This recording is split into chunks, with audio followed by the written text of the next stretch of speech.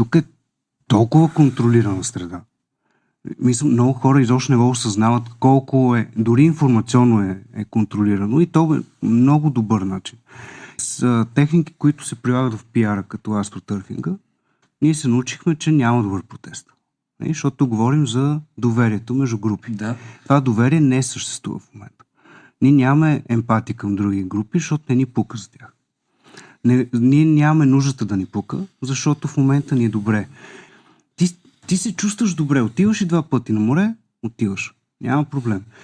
Когато се върнеш в септември, октомври, почват някакви политически процеси, но ти не гледаш телевизията и света. Много е контролирано. Аз наскоро си говорих с Димитър Вацов, който подготвя една книга за Чернобил тук в България, как е реагирал БКП.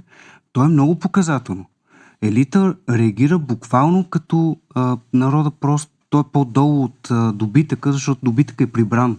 Но това се предава, това политическа култура на онова поколение, тя се предава надолу.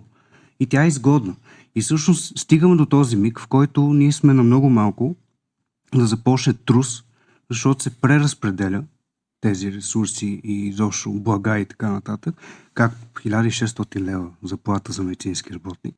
Всички знаем, че това няма как да живееш с тия пари в София или където е в България, защото от другата страна в момента много хора получават добри пари. Това също е контролирано.